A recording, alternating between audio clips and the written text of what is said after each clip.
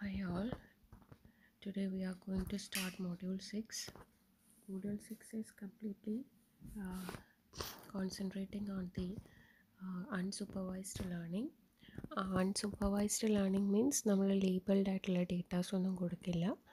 അതിനകത്ത് അതായത് നമ്മൾ ട്രെയിൻ ചെയ്യിപ്പിക്കുമ്പം ചുമ്മാ ഡേറ്റാസ് മാത്രമേ കൊടുക്കത്തുള്ളൂ. അതായത് അതിൻ്റെ ഔട്ട്പുട്ട് എന്താണെന്ന് പറഞ്ഞു കൊടുക്കുന്നില്ല.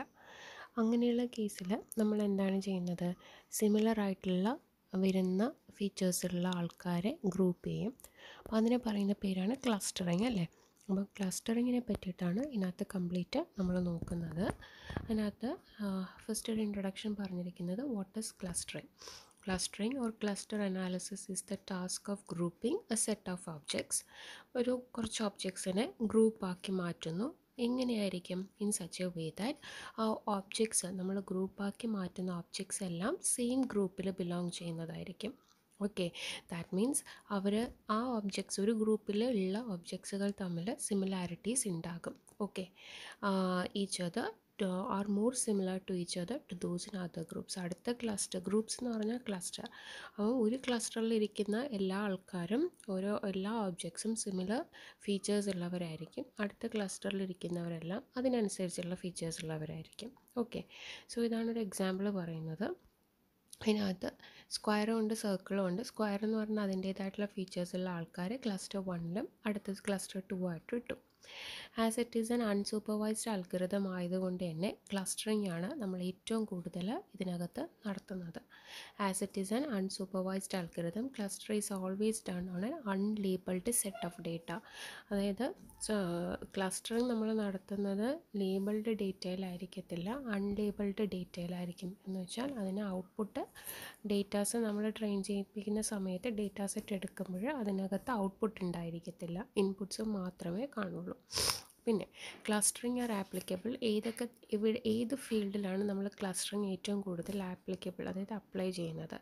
ഇമേജ് സെഗ്മെൻറ്റേഷൻ്റെ സമയത്ത്, അതായത് ഒരു ഇമേജ് എടുത്ത് വെച്ചിട്ട് ആ ഇമേജ് മറ്റുള്ള ഇമേജുമായിട്ട് സിമിലാരിറ്റി ഉണ്ടോ എന്ന് ചെക്ക് ചെയ്യാൻ വേണ്ടിയിട്ട് ആ പെർട്ടിക്കുലർ ഇമേജിനെ നമ്മൾ സെഗ്മെൻറ്റ് ചെയ്യും. നിങ്ങൾ പ്രോജക്റ്റ് സെമിനാർ ചെയ്ത സമയത്ത് what are the different steps of digital image processing എന്ന് ചോദിച്ചാൽ അതിനകത്ത് ഒന്ന് വരുന്നതാണ് സെഗ്മെൻറ്റേഷൻ. എന്താണ് ഇമേജ് സെഗ്മെൻറ്റേഷൻ? അവിടെ ഇമേജിനെ നമ്മൾ സെഗ്മെൻറ്റ് ചെയ്യുന്ന ഇമേജ് ബാക്കി ഏതെങ്കിലും ഇമേജുമായിട്ട് സിമിലാരിറ്റി ഉണ്ടോ എന്ന് നമ്മൾ ചെക്ക് ചെയ്ത് നോക്കും. ഓക്കെ, അവിടെ നമ്മൾ ക്ലസ്റ്ററിംഗ് ആണ് യൂസ് ചെയ്യുന്നത്. അതുപോലെ തന്നെ മാർക്കറ്റിങ്ങിലും കാറ്റഗറൈസിങ് യൂസേഴ്സ്, സോഷ്യൽ മീഡിയയിലുള്ള യൂസേഴ്സിനെ കാറ്റഗറൈസ് ചെയ്യാൻ നമ്മളിത് യൂസ് ചെയ്യുന്നുണ്ട്. ഇതിനകത്ത് ഫസ്റ്റ് നമുക്ക് different types of clustering methods പഠിക്കാനുണ്ട്. അതിനകത്ത് ആദ്യത്തെന്ന് പറയുന്നതാണ് k means clustering. Okay, first one is k means clustering, second one is expectation maximisation algorithm. അതിനകത്ത് നമുക്ക് ആദ്യമേ നമ്മൾ പഠിച്ചു പോകുന്നത് കെ മീൻസ്, ഹയറാർക്കിക്കൽ ക്ലസ്റ്ററിങ് മെത്തേഡ്സും ഡെൻസിറ്റി ബേസ്ഡ് ക്ലസ്റ്ററിങ് ആണ്. ലാസ്റ്റ് നമുക്ക് എക്സ്പെക്റ്റേഷൻ മാക്സിമൈസേഷൻ അൽഗോരിതം പഠിക്കാം. ഈ എക്സ്പെക്റ്റേഷൻ മാക്സിമൈസേഷൻ അൽഗോരിതം നമ്മൾ എവിടെയാണ് കണ്ടത്? നമ്മുടെ HMM ഹിഡൻ മാർക്കോഫ് മോഡലിൽ നമ്മളിത് കണ്ടിട്ടുണ്ടാകും. ഇതെന്ന് പറയുന്നത് കുറച്ച് പ്രോബബിലിറ്റി വരുന്നതാണ് ഈ എക്സ്പെക്റ്റേഷൻ മാക്സിമൈസേഷൻ അൽഗോരിതം എന്ന് പറഞ്ഞാൽ. ഓക്കെ, ഇനി നെക്സ്റ്റ് അപ്പോൾ കെ മീൻസ് ക്ലസ്റ്ററിംഗ് ഉണ്ട്, hierarchical clustering, density based clustering and maximization, expectation maximization algorithm. ഇത് നാല് ടോപ്പിക്സ് മാത്രമേ ഉള്ളൂ ഈ മോഡ്യൂൾ 6-നകത്ത് വരുന്നത്. ബട്ട് കംപ്ലീറ്റ് ഈ K means, hierarchical cluster, density based, ഇത് മൂന്നും പ്രോബ്ലമാണ്. കംപ്ലീറ്റ് എളുപ്പമാണ്, വലിയ കുഴപ്പമില്ലാത്തതാണ്. ഓക്കെ, സോ നമുക്ക് നോക്കാം. First one is k means clustering. അപ്പോൾ അതിൻ്റെ അൽഗോരിതവും ഫ്ലോ ചാർട്ട്, അതായത് അൽഗോരിതം ഫ്ലോ ചാർട്ടിലേക്ക് പോകുന്നതിന് മുന്നേ how we can solve A problem with using K means clustering use ചെയ്തിട്ട് എങ്ങനെയാണ് ഒരു പ്രോബ്ലം സോൾവ് ചെയ്യുന്നതെന്ന് നമുക്ക് നോക്കാം. ഈ ക്വസ്റ്റ്യൻ ഇങ്ങനെയാണ് തന്നിരിക്കുന്നത്: use k means clustering algorithm to divide the following data into 2 clusters. നമുക്ക് തന്നിരിക്കുന്ന ഈ പറയുന്ന ഡേറ്റാസിനെ നമുക്ക് 2 ക്ലസ്റ്ററാക്കി ഡിവൈഡ് ചെയ്യണം. എത്ര? 2 clusters. And also compute the representative data points നമുക്ക് കണ്ടുപിടിക്കണം. ഓരോ ക്ലസ്റ്ററിനെ റെപ്രസെൻറ്റ് ചെയ്ത് വരുന്ന ഒരു ഡേറ്റ പോയിൻ്റ്. അതൊന്നും ഞാനിപ്പോൾ ഈ പറയുമ്പോൾ നിങ്ങൾക്കൊന്നും മനസ്സിലാവില്ല ഈ ക്വസ്റ്റ്യൻ. അതിനകത്ത് തന്നിരിക്കുന്ന data points X1 X2 2 data points ഉണ്ട്. അപ്പം ഈ X1ഉം X2ഉം ഞാൻ X ഉം Y ആക്സസും വരച്ചിട്ട് ഞാനൊരു പ്ലെയിനിൽ പ്ലോട്ട് ചെയ്തിരിക്കുന്നതാണിത്. ഇത് നിങ്ങൾക്ക് എക്സാമിന് ചെയ്യണം എന്നില്ല. ഇത് ലാസ്റ്റ് വരുന്ന ഒരു സംഭവമാണ്. ഇത് ചെയ്യണം എന്നില്ല, ബട്ട് ജസ്റ്റ് വരച്ചിട്ടേക്കുക നിങ്ങൾ. ഓക്കെ, ഇനി ഈ ക്വസ്റ്റ്യൻ ചെയ്യുമ്പോൾ നമ്മുടെ ഈ ക്വസ്റ്റ്യനകത്ത് ഏതാണ് ഇനിഷ്യൽ ക്ലസ്റ്ററാക്കി എടുക്കുക എന്ന് പറഞ്ഞിട്ടില്ല. അതായത് ഇത്ര മാത്രമേ പറഞ്ഞിട്ടുള്ളൂ. ടു ഡിവൈഡ് ദ ഫോളോയിങ് ഡേറ്റേനെ 2 ക്ലസ്റ്ററാക്കി ഡിവൈഡ് ചെയ്യുക. അതായത് 2 ക്ലസ്റ്ററിനകത്തേക്കാണ് എൻ്റെ ഈ ഡേറ്റ പോയിൻറ്റ്സുകളെ ഗ്രൂപ്പ് ചെയ്യേണ്ടത്. അങ്ങനെ 2 ക്ലസ്റ്ററേ വരാൻ പാടുള്ളൂ എന്നർത്ഥം. അപ്പം അങ്ങനെയുള്ള സിറ്റുവേഷനകത്ത് നമുക്ക് 2, അതായത് ഈ ഒരു ക്ലസ്റ്റർ അടുത്തൊരു ക്ലസ്റ്റർ, ഇങ്ങനെ 2 ക്ലസ്റ്റർ മാത്രമേ ഫോം ചെയ്യാൻ പാടുള്ളൂ. അപ്പം നമുക്ക് ഇനിഷ്യലി ഏത് ക്ലസ്റ്ററാണെന്ന് ഇവിടെ തന്നിട്ടുമില്ല. അങ്ങനെയാണെങ്കിൽ തന്നിട്ടില്ലാത്ത കേസിൽ നമുക്ക് റാൻഡമായിട്ട് നിങ്ങളുടെ ഏതെങ്കിലും ഈ പറഞ്ഞ x1 x2 എന്ന് പറഞ്ഞാൽ കുറേ പോയിൻറ്റ്സ് കിടക്കുന്നില്ലേ, ഇതിൽ ഈ പോയിൻറ്റ്സിൽ ഏതെങ്കിലും റാൻഡമായിട്ടുള്ള 2 പോയിൻറ്റ്സുകൾ എന്താക്കി എടുക്കണം, ക്ലസ്റ്ററാക്കി എടുക്കണം. ഇനിഷ്യലി നമുക്ക് തന്നിട്ടില്ല എന്നുണ്ടെങ്കിൽ. ഓക്കെ, ഇനി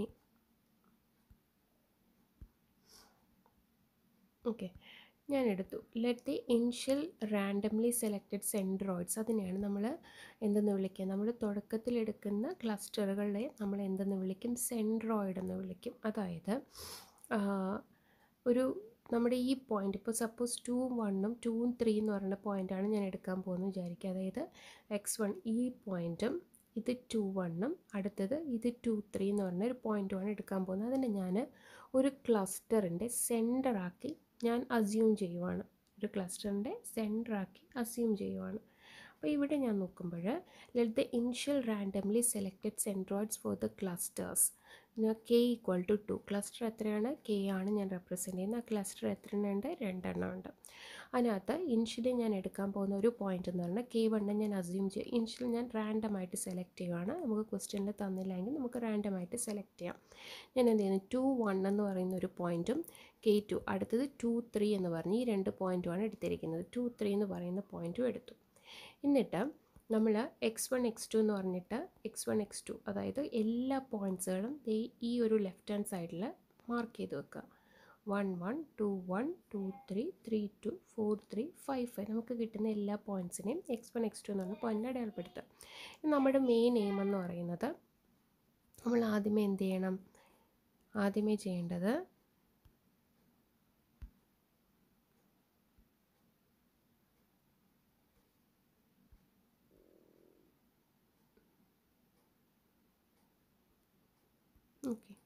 ആദ്യമേ നമുക്ക് ചെയ്യേണ്ടത് എന്താണ്,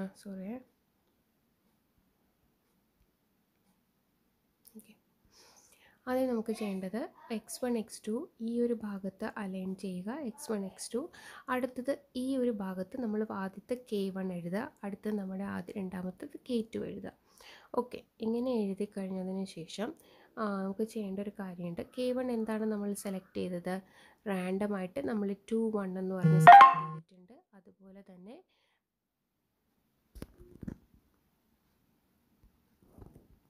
അതുപോലെ തന്നെ k2 എന്ന് പറയുന്നത് നമ്മൾ റാൻഡമായിട്ട് 2, 3 എന്ന് പറഞ്ഞ് സെലക്ട് ചെയ്തിട്ടുണ്ട്. ഇനി ചെയ്യേണ്ട ഒരു കാര്യമുണ്ട്. അതായത് നിങ്ങൾ ഈ പറയുന്ന കണ്ടോ √1 - അതെന്ന് പറയുന്നത് ഈ ഓരോന്നിനെ നമ്മൾ യൂക്ലിഡിയൻ ഡിസ്റ്റൻസ് എന്നാണ് പറയുന്നത്. യൂക്ലിഡിയൻ ഡിസ്റ്റൻസിൻ്റെ ഇക്വേഷൻ യൂസ് ചെയ്തിട്ട് ഓരോ പോയിൻറ്റും അതായത് ഈ k1 k2 എന്ന് പറയുന്നത് 2 ക്ലസ്റ്ററിൻ്റെ സെൻട്രോയിഡുകളാണ്.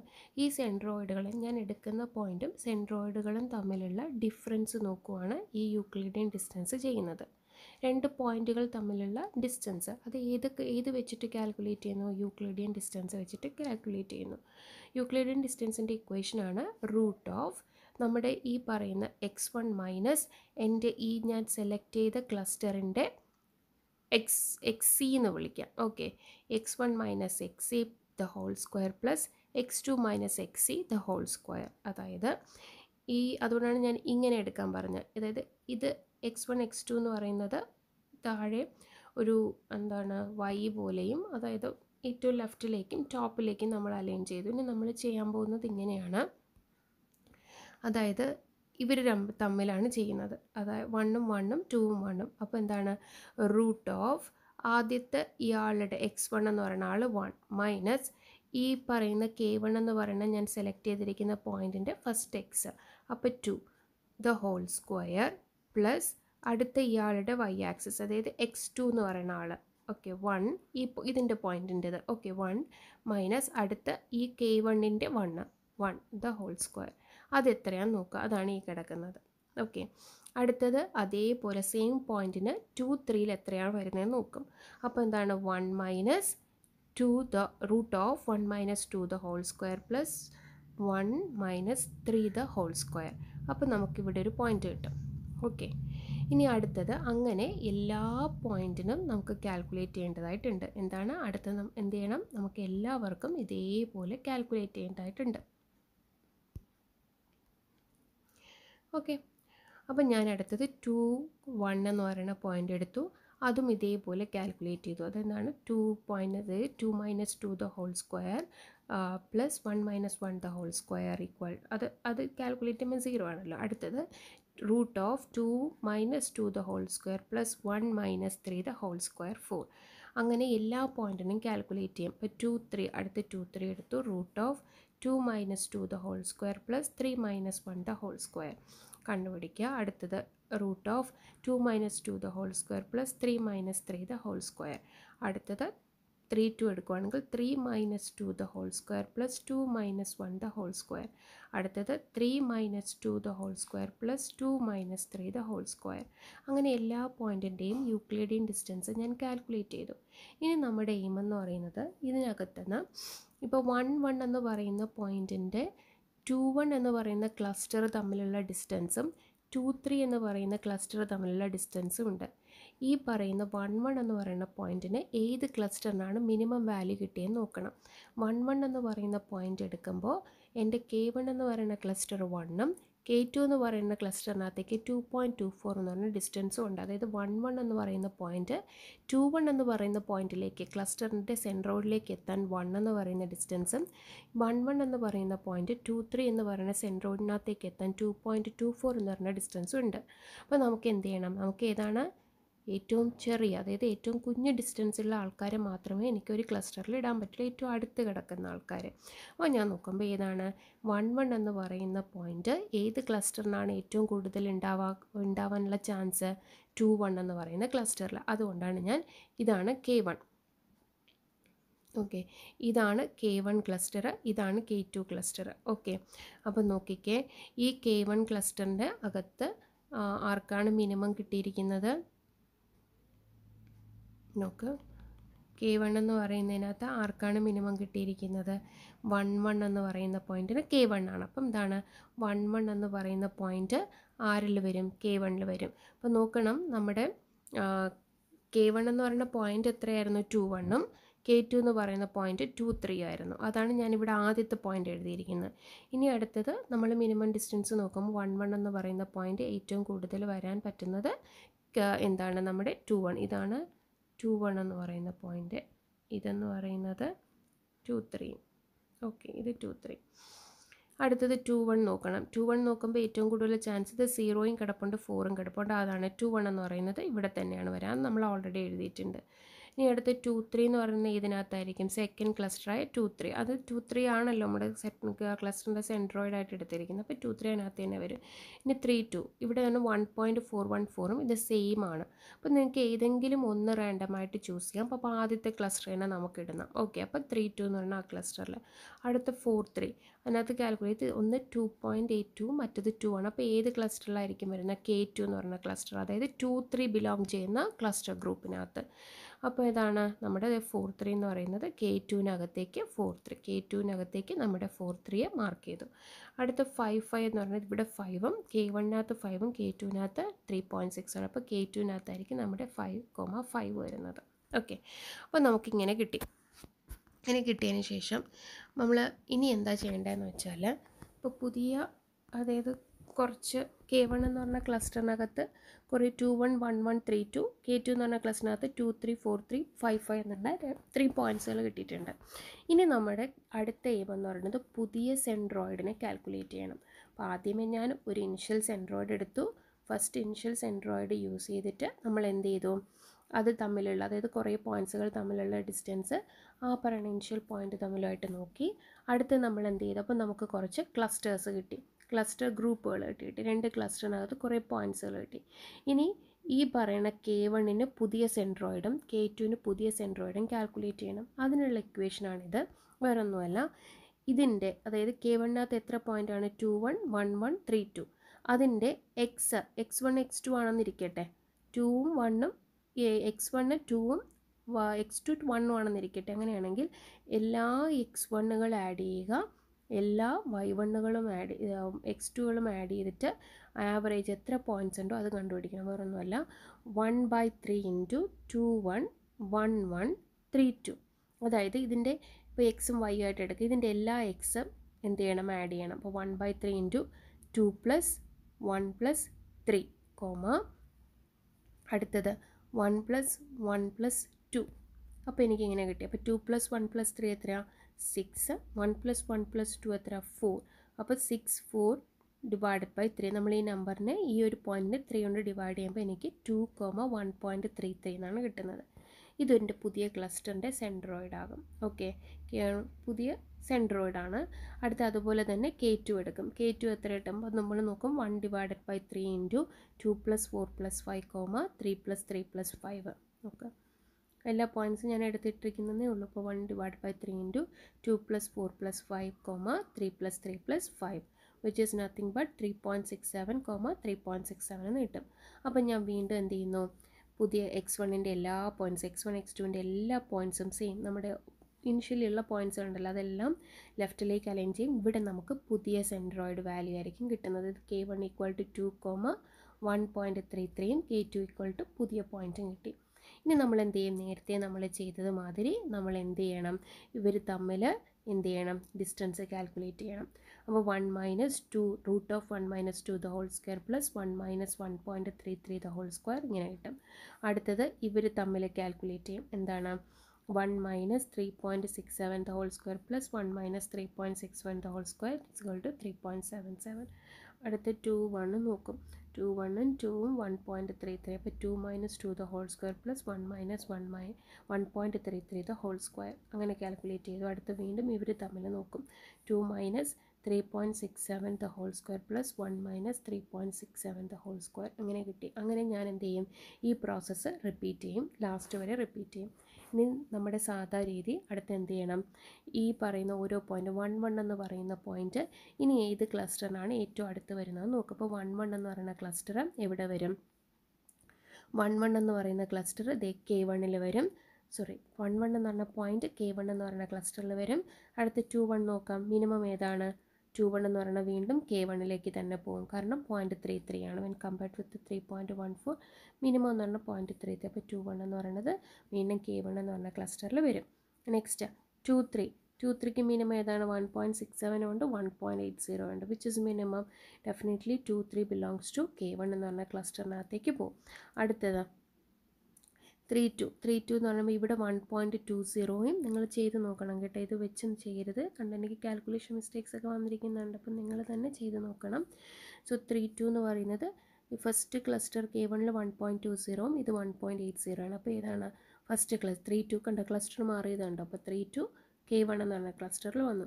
അടുത്ത 4 3 എന്ന് പറയുന്നത് 2.60, ഇത് 0.6575. അപ്പം മിനിമം എന്ന് പറയുന്നത് ഈ K2 എന്ന് പറഞ്ഞ ക്ലസ്റ്റർ. അപ്പോൾ 4 3 എന്ന് പറഞ്ഞ പോയിൻറ്റ് K2വിനകത്തേക്ക് പോയി. അടുത്ത 5 5 എന്ന് പറയുന്നത് ഇത് രണ്ടിൽ വെച്ച് കമ്പയർ ചെയ്യുമ്പോൾ 1.89 ആണ് മിനിമം. സോ 5 5 എന്ന് പറഞ്ഞ ക്ലസ്റ്റർ K2വിനകത്തേക്ക് പോയി.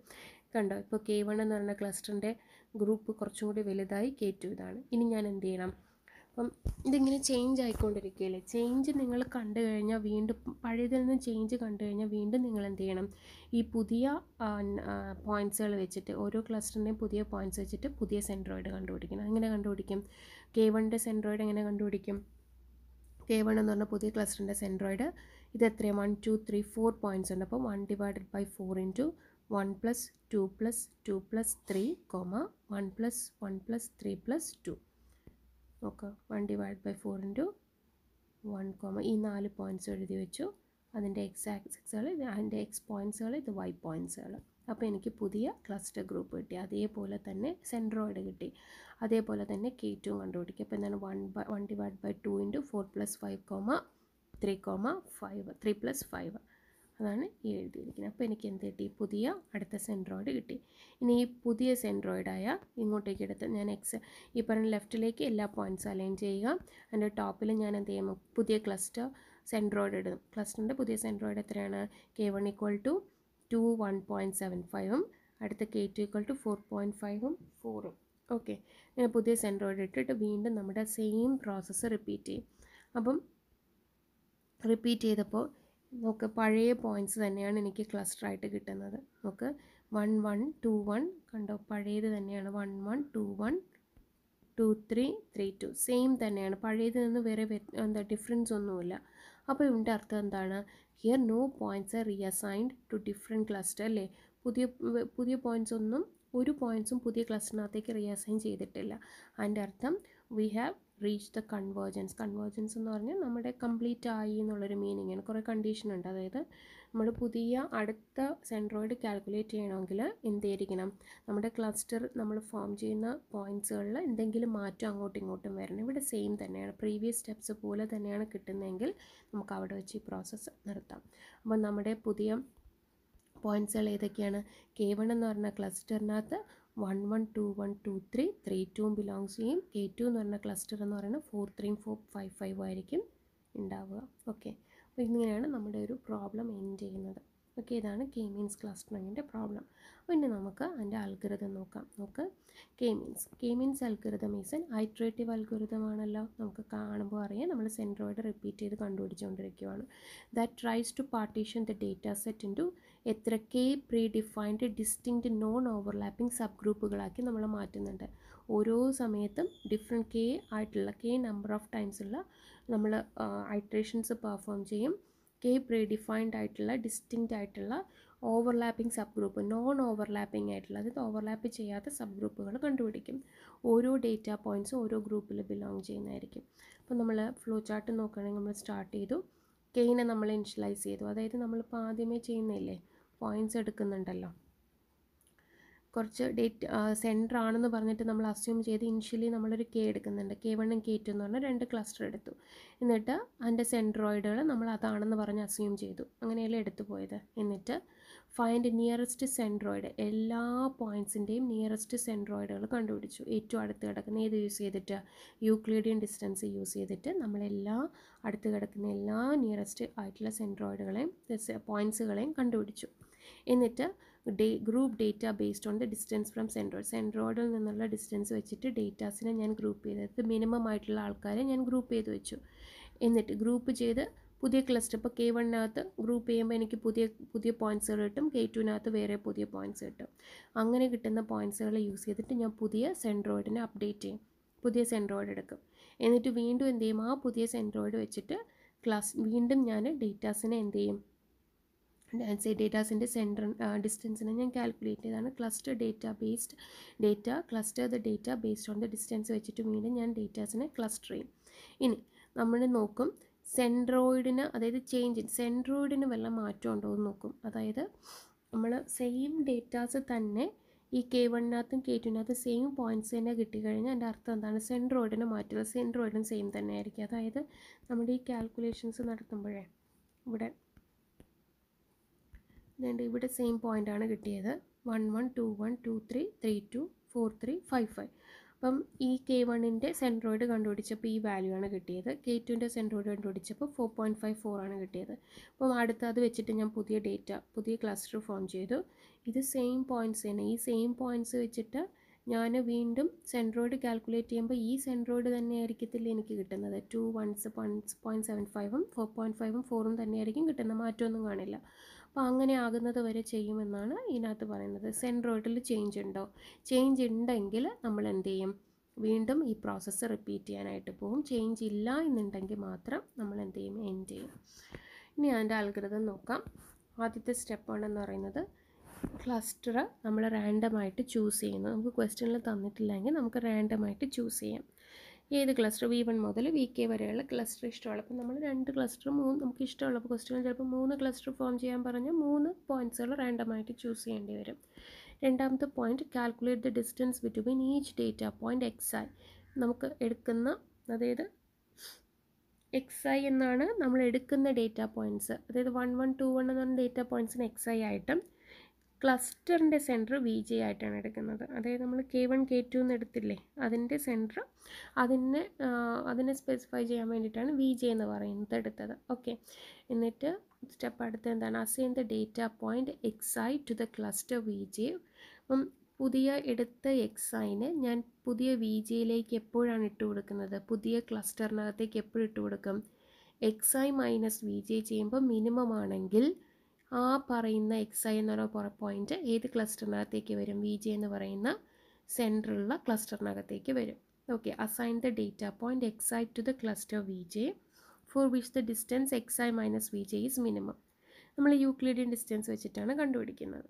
ഇനി സ്റ്റെപ്പ് 4 എന്ന് പറയുന്നത് വീണ്ടും നമ്മുടെ ക്ലസ്റ്ററിൻ്റെ സെൻട്രോയിഡിനെ റീകാൽക്കുലേറ്റ് ചെയ്യണം. അപ്പോൾ recalculate the cluster centres using vj പുതിയത് എന്നൊക്കെ vj വെക്ടർ എന്ന് പറയുന്ന vj അല്ല, ക്ലസ്റ്ററിൻ്റെ സെൻട്രോയിഡ് rj ആയിട്ടാണ് എടുത്തിരിക്കുന്നത്. അല്ല, vj പുതിയ ക്ലസ്റ്റർ അല്ല, സെയിം തന്നെയാണല്ലോ. vj equal to 1 divided by ci എന്ന് പറഞ്ഞാൽ വേറൊന്നുമല്ല, എത്ര നമ്പർ ഓഫ് പോയിൻറ്റ്സുകൾ നമ്മുടെ പുതിയ ക്ലസ്റ്ററിനകത്ത് ഉണ്ട്, അതാണ് ci into x1i plus etcetera up to xi ci. Okay, xi1 plus xi2 plus xi3 plus etcetera എത്ര ഉണ്ടാവും, xi ci എന്ന് പറയുന്നത്. അപ്പോൾ 3 പോയിൻറ്റ്സ് ആണെങ്കിൽ 1 ഡിവൈഡഡ് ബൈ 3, അതാണ് ഈ 3 വരുന്നത്. ഇവിടെ എത്ര പോയിൻറ്റ്സ് ആണ്, 3 പോയിൻറ്റ്സും കാണും. ഇനി ഫിഫ്ത്ത് സ്റ്റെപ്പ് റീകാൽക്കുലേറ്റ് എന്ത് ചെയ്യണം, ഈ പുതിയ സെൻട്രോയിഡിനെ ബേസ് ചെയ്തിട്ട് ഞാൻ വീണ്ടും ഡിസ്റ്റൻസ് കാൽക്കുലേറ്റ് ചെയ്യും. Recalculate the distance between each data point and newly obtained cluster സെൻറ്റേഴ്സിന് എടുക്കും. ലാസ്റ്റ് സ്റ്റെപ്പ് എന്താണ്, ദ സ്റ്റെപ്സ് ആർ റിപ്പീറ്റഡ്. ഇതുവരെ നമ്മൾ റിപ്പീറ്റ് ചെയ്യും അണ്ടിൽ ക്ലസ്റ്ററിൻ്റെ സെൻറ്റേഴ്സിന് ചേഞ്ച് ഒന്നുമില്ല. അതല്ല എന്നുണ്ടെങ്കിൽ നോ ഡേറ്റ പോയിൻറ്റ്സ്, നമ്മൾ പുതിയ ഡേറ്റ പോയിൻറ്റ്സ് ഒന്നും നമ്മുടെ ക്ലസ്റ്റർ ഗ്രൂപ്പിനകത്തേക്ക് ആഡ് ആയിട്ടില്ല, പഴയതുപോലെ തന്നെയാണ് നിൽക്കുന്നത്. അല്ലാന്നുണ്ടെങ്കിൽ ക്ലസ്റ്ററിൻ്റെ വാല്യൂസിന്, അതായത് സെൻട്രോയിഡുകൾക്ക് ചേഞ്ച് ഒന്നുമില്ല. അങ്ങനെ വരുന്ന സമയത്താണ് നമ്മളിവിടെ എന്ത് ചെയ്യുന്നത്, കൺവേർജ് ആയി എന്ന് പറയുന്നത്. ആ ടൈമിൽ നമ്മുടെ ഐറ്ററേഷൻ നമ്മളവിടെ സ്റ്റോപ്പ് ചെയ്യും. ഇതാണ് നമ്മുടെ കെ മീൻസ് ക്ലസ്റ്ററിങ്. അപ്പം ഞാൻ നിങ്ങൾക്ക് ഒരു യൂണിവേഴ്സിറ്റി ക്വസ്റ്റ്യൻസ് 3 സോൾവ് ഔട്ട് ചെയ്ത് വെച്ചിട്ടുണ്ട്. അപ്പം നിങ്ങളതൊന്ന് തനിയൊന്ന് സോൾവ് ചെയ്യണം, ഇത് സെയിം യൂസ് ചെയ്തിട്ട്. ഓക്കെ, അപ്പം ഇതിനകത്ത് എന്തെങ്കിലും ഡൗട്ട് ഉണ്ടെങ്കിൽ ചോദിക്കാം. Okay, thank you.